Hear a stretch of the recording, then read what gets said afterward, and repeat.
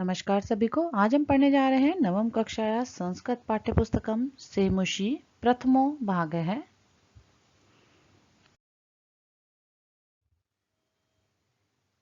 पाठ 9 सिकता सेतु हिंदी अनुवाद। इस वीडियो के माध्यम से हम इस पाठ का हिंदी अनुवाद समझेंगे। सिकता सेतु अर्थात मिट्टी का पुल। तो आइए हम देखते हैं कि इस पाठ का क्या महत्व है। इसका अनुवाद इस वीडियो के माध्यम से हम समझते हैं।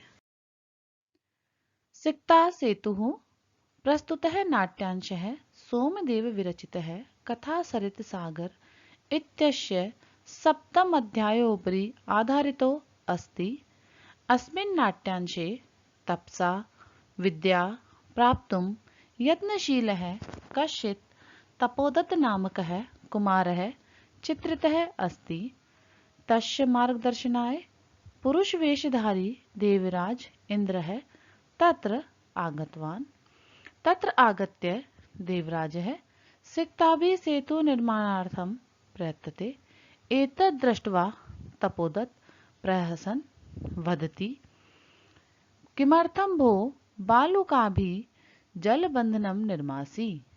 ततो देवराजः प्रतिवक्ति, यद् यद् अध्ययनं श्रवणं विना यदि त्वं विद्याया प्राप्तुं शक्नोषि तदा अहमपि बालुकाभिः सेतुनिर्माणं कर्तुं शक्नोमि। देवराजस्य अभिप्रायं ज्ञात्वा तपोदत्तः विद्याप्राप्तिकामः गुरुकुलं गतवान्। प्रस्तुत नाट्यांश सोमदेव विरचित कथा सरित सागर के सप्तम लंबक अर्थात अध्याय पर आधारित है। यहाँ तपोबल से विद्या पाने के लिए प्रयत्नशील तपोदत्त नाम का एक बालक की कथा का वर्णन है। उसके समुचित मार्गदर्शन के लिए वेश बदलकर इंद्र उसके पास आते हैं और पास ही गंगा में बालू से सेतु के निर्माण के कार्य में लग जाते हैं। उन्हें वैसा करते देख तपोदत्त उनका उपहास करता हुआ कहता है, अरे किस लिए गंगा के जल में व्यर्थ ही बालू से पुल बनाने का प्रयत्न कर रहे हो? इंद्र उन्हें उत्तर देते हैं, यदि पढ़ने सुनने और अक्षरों की लिपि के अभ्यास के बिना तुम विद्या पा सकते हो तो बालू से पुल बनाना भी संभव है। इंद्र के अभिप्राय को जानकर तपोदत्त तपस्या करना छोड़कर गुरुजनों के मार्गदर्शन में विद्या का ठीक ठीक अभ्यास करने के लिए गुरुकुल चला जाता है। इस प्रकार इस कहानी में एक बालक जो कि बिना प्रयास के या बिना कुछ अध्ययन अक्षर ज्ञान के ही तपोबल के माध्यम से विद्या प्राप्त करना चाहता है, उसे इंद्रदेव स्वयं आकर बालू का पुल बनाकर ये उदाहरण के माध्यम से समझाते हैं कि बिना प्रारंभिक अभ्यास के तपोबल के माध्यम से विद्या को ग्रहण नहीं किया जा सकता है।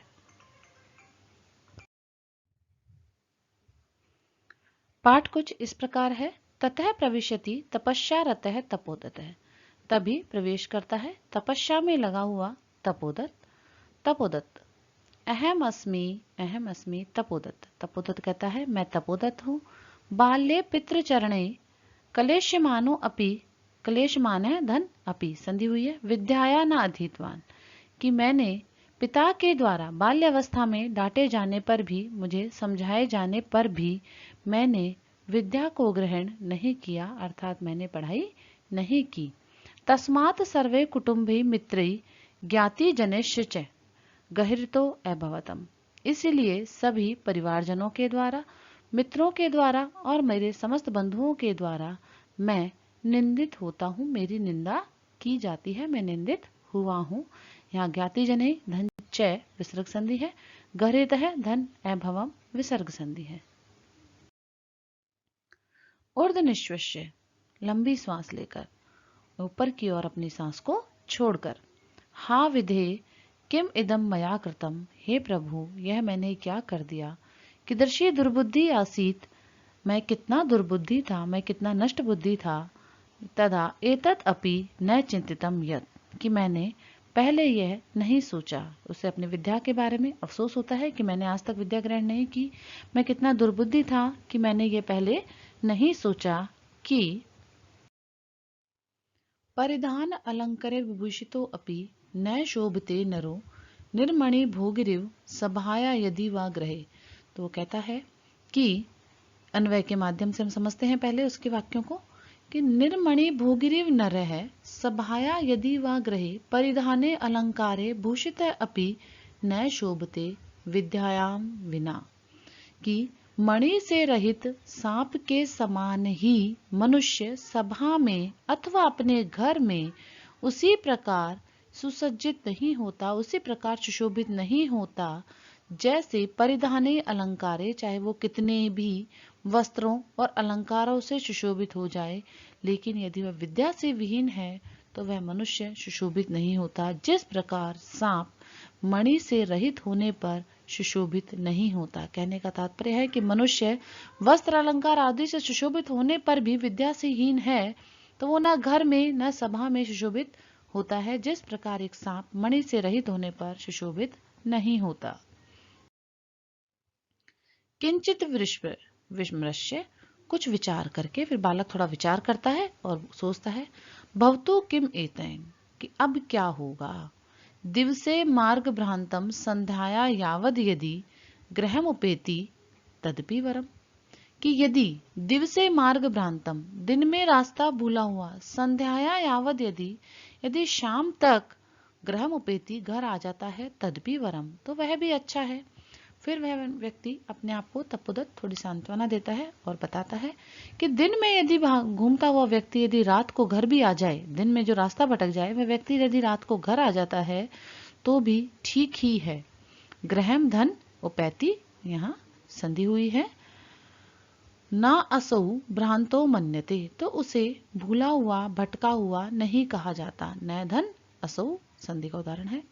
अतो अहम, अतः अहम, इदानीम तपश्चर्याम विद्याम अवाप्तुम प्रवतो अस्मि, इसलिए मैं अब तपश्चर्या तप के माध्यम से विद्याम अवाप्ततु, विद्या को प्राप्त करने के लिए प्रवृत्तो अस्मि, प्रवृत्त हो जाता हूँ, विद्या प्राप्त करने के लिए लग जाता हूँ। तो तपोदत्त कुछ विचार करता है, उसके बाद सोचता है कि कोई बात नहीं, मेरे से गलती हुई कि मैंने विद्या ग्रहण नहीं की, लेकिन यदि दिन का भटका हुआ व्यक्ति भी यदि शाम को घर आ जाता है तो उसे भटका हुआ नहीं कहते। वो इस प्रकार की उक्ति अपने मन में सोचता है और कहता है कि ठीक है, तो अब मैं तपस्या के माध्यम से विद्या के प्राप्त करने के लिए लग जाता हूँ। वह तपस्या के माध्यम से विद्या प्राप्त करना चाहता है। जलोच्चलन ध्वनि, जल धन उच्छलन धन ध्वनि श्रूयते, कि तभी उसको जल से उछलने की ध्वनि अर्थात पानी के उछलने की आवाज उसको सुनाई देती है। अये कुतो अयम कलकलोच्चलन ध्वनि, अरे ये लहरों के उछलने की ध्वनि की आवाज कहाँ से आ रही है। महामतस्यो मकरो व भवेत, कि या तो कोई बड़ी मछली है या मगरमच्छ है। पश्यामी तावत, उसको देखता हूँ। वह व्यक्ति तपस्या कर रहा है तपोदत्त, तभी उसको जल के उछलने की आवाजें आती हैं। वो अपने नेत्र खोलता है और देखता है कि या तो कोई मछली होगी या मगरमच्छ। यह कलकल की ध्वनि कहाँ से आ रही है।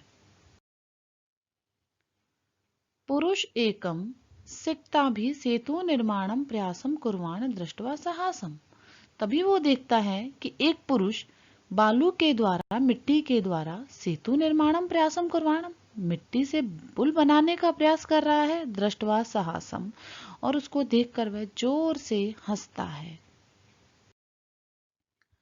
हंत नास्ते अभावो जगति मूर्खाणाम, कि अरे इस संसार में मूर्खों का कोई अभाव नहीं है। न धन अस्ति धन अभाव है, संधि का उदाहरण है।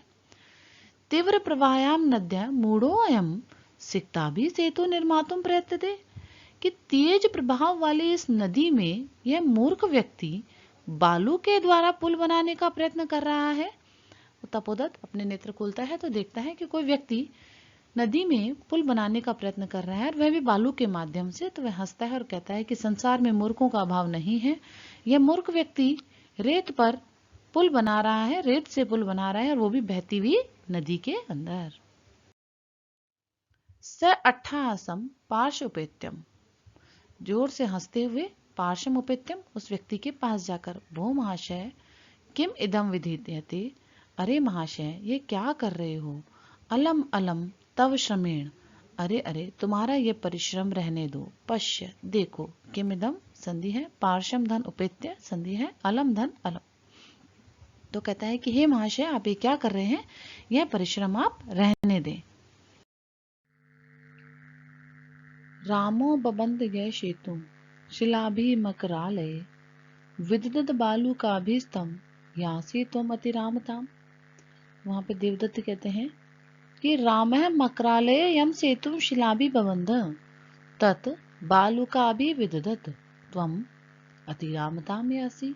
अर्थात राम है, श्री राम ने मकरालय यम सेतुम कि समुद्र पर जो सेतु शिलाभि बबंधम शिलाओं के द्वारा बनाया था, तम बालू का भी विदत और तुम उसको रेत के द्वारा बना रहे हो। अर्थात तुम इस नदी पर एक सेतु रेत के द्वारा बना रहे हो। तुम अति रामताम यासी, तुम तो राम का भी अतिक्रमण कर रहे हो। तो वह बालक जब देखता है कि वह व्यक्ति सेतु बना रहा है बालूका से, तो उसको कहता है कि राम ने यदि अगर समुद्र पर सेतु बनाया था तो वह शिलाओं के द्वारा बनाया था, लेकिन तुम तो रेत के द्वारा पुल बनाकर राम का भी अतिक्रमण कर रहे हो। चिंतय तावत सिक्ताभि क्वचित सेतु कर्तु युज्यते। चिंतय तावत, अरे थोड़ा सोचो तो, सिक्ताभि क्वचित सेतु कर्तु युज्यते, क्या कभी कोई रेत के द्वारा मिट्टी के द्वारा भी क्वचित सेतु, क्वचित धन सेतु अर्थात कोई पुल कर्तुम युज्यते बनाया जा सकता है। तो कह रहा है कि अरे थोड़ा सोचिए तो सही, क्या रेत के द्वारा भी पुल बनाया जाना संभव है। पुरुष है तो पुरुष कहता है भो तपस्विनी, हे तपस्विनी, कथम माम अवरोधम करोसी, तुम मुझे क्यों रोक रहे हो। प्रत्नीन किम न सिद्धम भवती, यदि प्रयत्न किया जाए तो क्या सिद्ध नहीं होता, अर्थात सब कुछ सिद्ध हो जाता है। का आवश्यकता शिलानाम, यहाँ शिलाओं की क्या आवश्यकता है, का धन आवश्यकता दीर्घ संधि कि शिलाओं की क्या आवश्यकता है। सिक्ता भी रेव सेतुम करिष्यामि, सिक्ता भी धन एव विसर्ग संधि के साथ में कि सिक्ता भी रेव, मैं तो मिट्टी के द्वारा ही सेतुम करिष्यामि पुल बना लूंगा, स्व दृढ़ संकल्प तया, और यह मैं करूंगा अपने दृढ़ संकल्प के द्वारा। तो पुरुष कहता है कि हे तपस्विनी, तुम मुझे क्यों रोक रहे हो, यदि प्रयत्न किया जाए तो क्या सिद्ध नहीं हो सकता। मुझे शिलाओं की क्या आवश्यकता है, मैं तो अपने दृढ़ संकल्प के माध्यम से बालू के द्वारा ही इस समुद्र पर, इस नदी पर पुल निर्माण कर दूंगा। तपोदत्त, तो तपोदत्त जो कि तपश्चर्या कर रहा था उठता है और कहता है आश्चर्यम सिक्ताभिरेव सेतु करिष्यसि, यह तो बड़े आश्चर्य की बात है कि तुम रेत से पुल बना दोगे। सिक्ता जल प्रवाहे स्थास्यन्ति किम, कि ये जो सिक्ता, ये मिट्टी है, वो जल के इस प्रवाह में स्थास्यति किम, ठहर जाएगा क्या, अर्थात क्या ये मिट्टी इस जल प्रवाह में रुक जाएगी। भवताम चिंतितम नैवा, आपने ये सोचा भी या नहीं कि जो मिट्टी क्या है ये इस नदी के प्रवाह में रुक सकेगी, आपने ये सोचा भी या नहीं।